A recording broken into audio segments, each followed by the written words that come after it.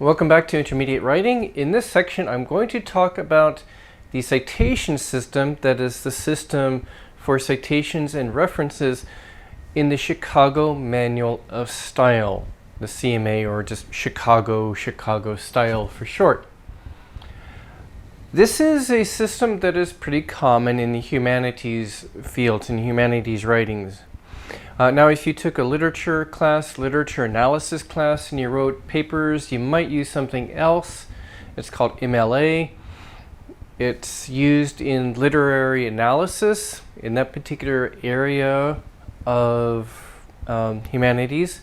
A few related fields too might use MLA. If you have taken a social science course, maybe linguistics, especially more applied educational linguistics, research linguistics, things like that, they use a very different system. That's called APA. You can use that. For the paper in my class, you can use whatever system you like to. I don't care. But I'm going to teach the Chicago system here. The Chicago style is used in a lot of humanities fields, history, international studies, various humanities fields that I'm familiar with. Use MLA. Now, it's convenient to teach and to learn. In a sense, it's also tricky because there are actually 3 different flavors or variations on MLA, and I'm mainly going to teach one here. I'll show you what the others look like. I'm mainly going to teach one because it's the easiest, and that's the short footnote system.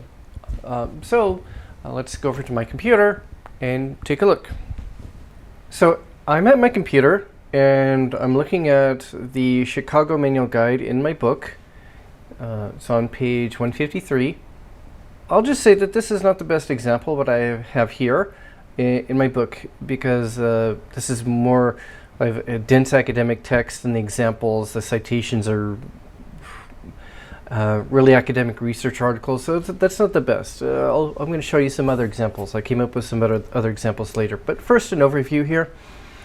So the Chicago system has short footnote citations, what we call short footnotes, and these are just what you see here. Footnote here in the text, go down here to the bottom, and here is we've got the author last names and a title. And again, these are not the best examples. I'll show you some better examples in a bit.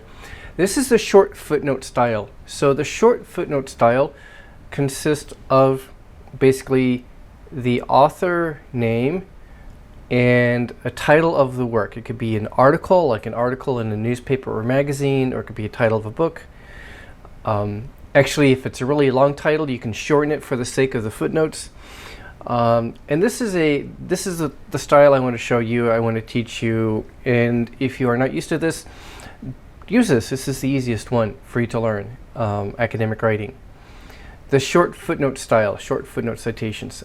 And actually the next section of my book then goes on to give you more explanation for how you do this for different kinds of sources.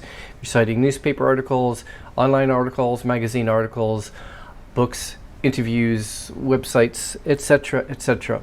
That's in the book in the next section, section 7.3. So please take a look at that. You can go to my website, my webpage, and also just type in Chicago style and search there. There are several different pages on the Chicago style on my website. But anyway, this is the short footnote style. And then there is also the long footnote style or endnote style. You might have seen this also. And in that case, what you have here is the footnote is actually going to give you not just author and title, but the full bibliographic information is all there in the long footnote, or it could be in an endnote at the end of a book that's written in Chicago style or such. I think maybe some of you tried to use the long footnote style in your papers in my class, in your midterms. You don't really need to do that.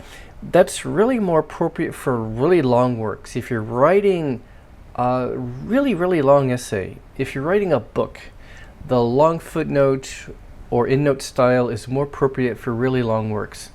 For a short work like an essay in my class, just the short footnote style will do. A footnote with the author last name, title, and maybe a page number if the information is from a particular page or a few particular pages. I'm not going to teach the long footnote style. It's not really suitable for this class. The parenthetical style is another version of the Chicago style you might have seen, and it's shown here where it's called, or the parenthetical style, where the reference is in between parentheses. The author last name or last names and then the year are in parentheses, or the author name could be within the sentence and the date, the year is in parentheses. For example, you could say Kinch, parentheses 1998, Kinch reported research in which blah blah blah. Okay, I will teach this kind of stuff more in my advanced writing class.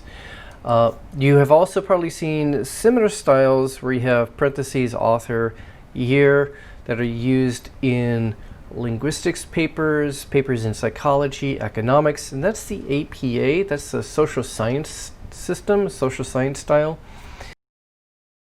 They look, the Chicago parenthetical style looks kind of like APA.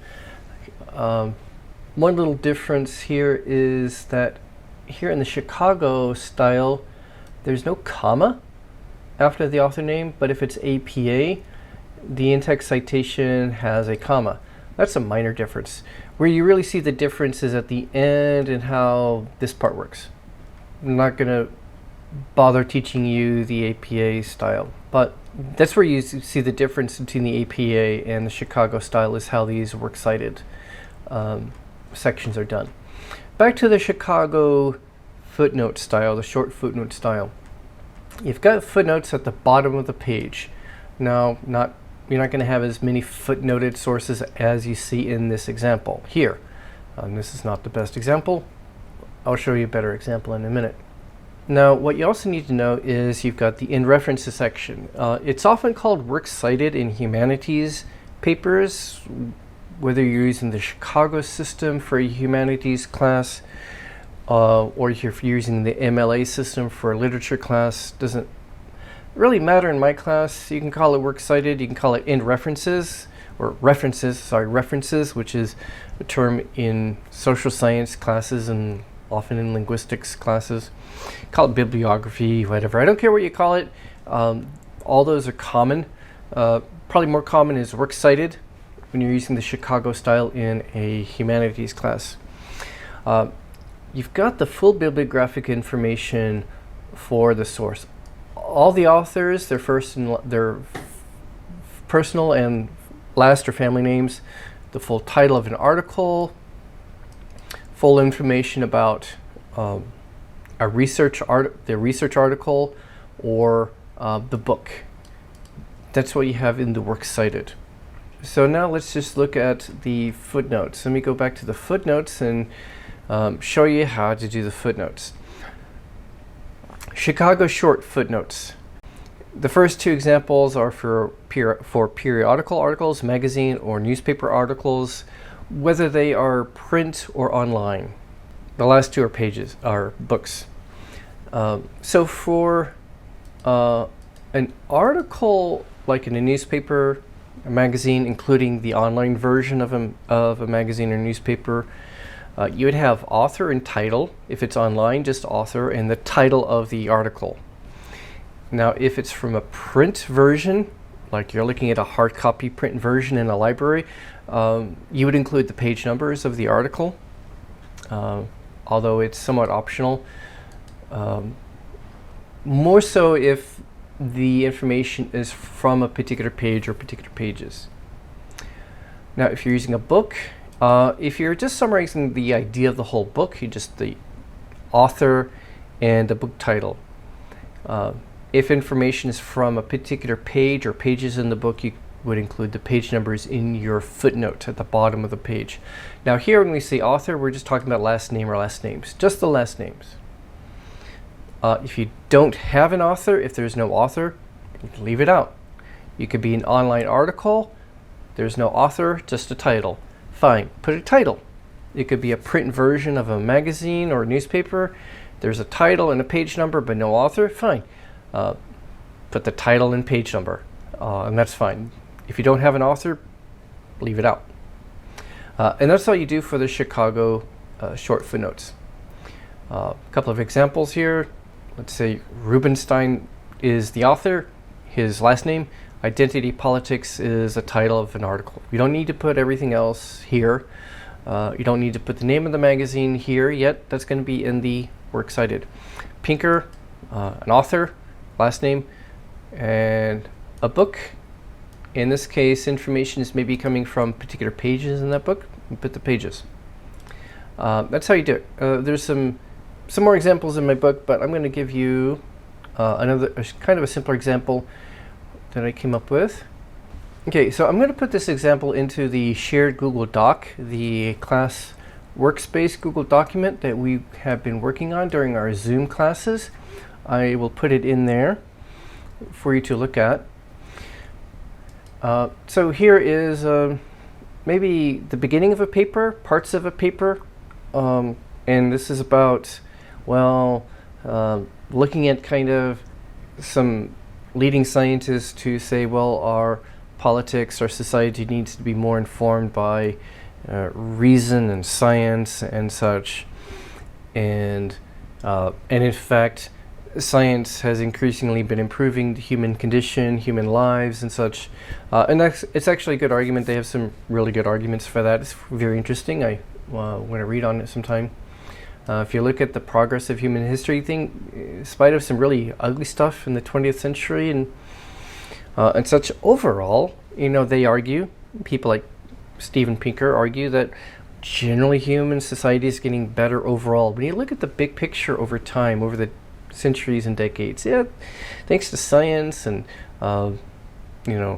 modern political relations, things do seem to be getting better. There are fewer wars, fewer people are dying from war and hunger.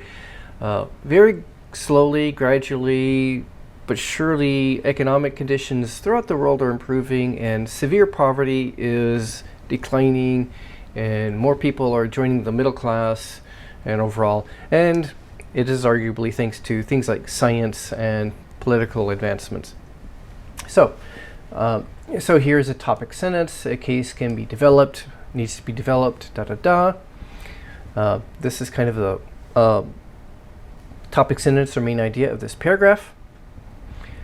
Now, I have a couple sources. I've got them down here, the works cited. I'm first going to cite this Steven Pinker guy. He's pretty cool. Catch him in a video, he's kind of cool. And then an essay that's actually kind of critical of some of Pinker's views here. So first, this is Pinker 2018. I'm going to cite it. So let's see. Scientists like Steven Pinker, So it starts with this sentence. Now actually the following sentences also kind of are from this, so a convenient kind of clear place to put the citation will be at the end of a sentence that summarizes or paraphrases a source. Or in this case, if I put it here, it's kind of clear that the following sentences continue explanation of the source. So a good place to put it is at the end of a major clause or at the end of a sentence that cites, that first presents information from the source. And in the context, it's kind of clear that actually the next following sentences are also from the source. Now, often when you cite a source, you're not going to maybe give this much space to summarizing ideas, but here this is kind of really important. I'm summarizing an entire book. So I'm going to go in here, click to insert a footnote. Pinker, it's Enlightenment Now. And that's all. Because I'm referring to really summarizing the ideas of the entire book, I'm not going to put page numbers here. I could if I were drawing from particular pages. And it's kind of clear that the rest of this is also continuing to summarize Pinker's ideas. Now I go down in the next paragraph. I'm going to present kind of a counter-argument. So a good thing to do in writing is, if you present, you're probably talking at least one of the ideas in somewhere in your essay. If it's not the main thesis of the whole essay, at least an idea in one of the body paragraphs might be controversial. A reader might likely disagree with it. Anticipate that, expect that, and deal with it. Deal with counter-arguments. So in this case, I'm actually going to cite a counter-argument, an objection. So as scientists and scholars attempt to promote a reason-based approach to society and governments, others have dubbed the scientism and strongly criticizing it, including some science and humanities scholars. So I could put a citation here. The rest is going to continue kind of summarizing this opposing viewpoint. I'm going to come get the Taylor 2019. This is what scientism. So insert another footnote. Taylor, so again, just the family name. Scientism, which is a term that some people made to criticize this point of view, that people like Pinker and others advocate. So I'm going to cite actually an idea that's counter to this writer's idea. And I'm going to cite it and then kind of summarize it or explain it some more. And then I'm going to counter it with my own counter argument to that, where a reason-based approach to society is by no means would exalt science to such an excessively high position that it would denigrate or put down other areas of learning. It wouldn't denigrate those who are not science-oriented, those in vocational careers like, repairmen, other average citizens who are not so fond of science. Instead, so explanation, more explanation. Instead, we're talking about an approach to government that is not all about science, but rather is informed by science and reason, as well as by an understanding of philosophy and all areas of human wisdom. So I've inserted footnote citations, easy, author, title of a book, title of an article, page numbers if the page numbers are relevant. And absolutely do your works cited. Your works cited should have every source cited in the body of the essay. And your works cited should have only sources that you actually cited in the body of the essay. Don't make a mistake of kind of padding your works cited with extra stuff that isn't really cited and talked about in the essay, in the body of the essay.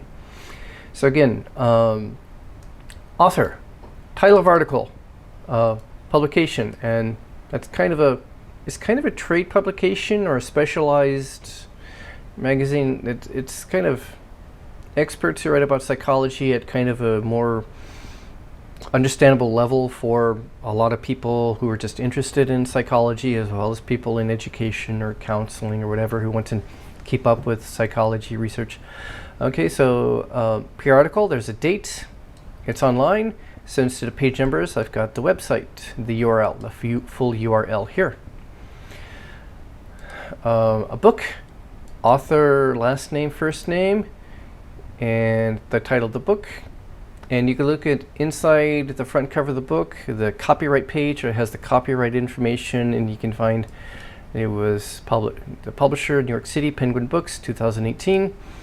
Sometimes it might say New York City and London. Take your pick. Probably New York City. And that's basically how I do Chicago citations. The short footnote citation, that's the easiest one. That's all you have to do for an essay in my class. It's easy. Do the works cited. Again, if you want to use some other system, that's fine. I'm used to a lot of different systems because I read different kinds of stuff. I'm used to different stuff. That's cool. If you have questions, post your questions in the LMS space somewhere or down below this video in YouTube. If you have the YouTube view. But that's basically it. So you need to use either the Chicago short footnote citation system and works cited, or some other system, but you need the works cited, you need the in-text citations of some kind for your final essay. That's required. It's absolutely required in college papers. Academic writing, college writing, it's never the case that these are just all your ideas, all your inspiration, all your information. It's never the case. And that's never the case in academic writing. Professors who do research, like me, we do research all the time, and it's always based on, inspired by, or in reaction to other people's research. The research we do, somehow, in a way, it involves other research. For any article that I write, where I publish my research, I have to cite sources. No paper would be accepted for publication if it didn't cite sources. Now the thing is about, if you're looking at popular sources, one thing about popular sources and why they're not good, they don't cite their sources, oftentimes. You don't know where the information came from. Professional sources, like what I talked about earlier, professional sources, they at least have an informal citation. At least they say, according to Dr. Smith at Purdue University, they'll at least give kind of an indirect or brief or very informal sort of reference, or they might use something simple like the Chicago Footnote system. There'll be at least some kind of simple citations in there. So professional sources, if it's a magazine, for example, will often have at least informal citations. Now, if it's a good newspaper, it's kind of original reporting, and that doesn't, so they don't necessarily cite the sources unless they interview somebody. Like, we interviewed the defense minister who said this to us. But there's some sort of acknowledgement of sources or some sort of giving credit in professional sources. And so you should too. In your college papers, you need to give proper credit to the sources you use, using an accepted style of some kind that's appropriate for the kind of paper that you are doing. So that is a requirement. That's part of the grading system for final papers. Now again, in my book, Chapter 7, there are some guides to Chicago style. Finally, if you are citing sources that are written in Korean or another language besides English, please see page 166 in the book for how to do that. For the footnote citation, for the title of an article or book, it needs to be translated. For the works cited system, there are a couple of different ways of doing this in different citation systems, but the most common way is shown here in the book. You can Romanize it. If it's Korean, that means writing it in Latin letters. That's kind of awkward and clunky. In this case, because I know Korean, I'm the one grading your papers. At least I know some Korean. Definitely know Hangul. You can just put the title, for example, the title of an article in Korean, and put a translation in those square brackets. Of course, the author name should be written in Latin letters, should be Romanized. If it's a periodical, depends. If it's a really famous one, Donga Ilbo, you don't have to translate that. You can't really translate that. But other things, if it's just a regular title of a journal, a magazine name, like Daily Speeches or Daily News or Korean Science Monthly or something like that, Korean Science Digest, Korean Business News Monthly, you should translate that too in square brackets. So the original Korean or other language translation of titles in square brackets. So you should do that. Especially, I need that so I can see what kind of source it is. It's necessary so I can see it's a reliable source, it's a decent source, and I can even track it down if I need to, if I want to, and check it out, because I'm maybe interested in looking at it someday. So that's how you cite Korean sources. So please follow the format. It's really important to learn proper citation and referencing format in college, especially if you want to go on later for advanced studies. If you don't, well, it's the attention to detail you need to learn. You need attention to detail and just understanding how this kind of stuff works. You can learn one system like Chicago manual. You can easily learn other systems in other classes. If you take a business class or linguistics class or a science class, You may have to use another system. Well, you learn one system here, you can figure out and learn other systems more easily. Okay, so you need to do that for your papers. And so that's it for today. Ask me questions in maybe comment sections in the LMS or in the YouTube video. And next week we will go through actually a couple of the homework exercises that you had to do earlier about revising a sample paragraph. And I will try to get feedback to you on that in a little bit. So, but we are going to maybe walk through a couple of those examples from the book, walk through and explain maybe ways of revising and improving those examples in order to help you to revise your midterms to create your beautiful, polished final essays. Okay, that's it. Your homework is your, paragraph 3 assignment and your final essay. I don't really foresee giving any other homework assignments except maybe a short minor Google form assignment about paraphrasing. There's a paraphrasing exercise in the book. We'll talk a bit about paraphrasing again. That will come later. But that's about it for your work in the next few weeks. Mainly focus on the final essays. Okay, good luck. I'll see you later. Goodbye.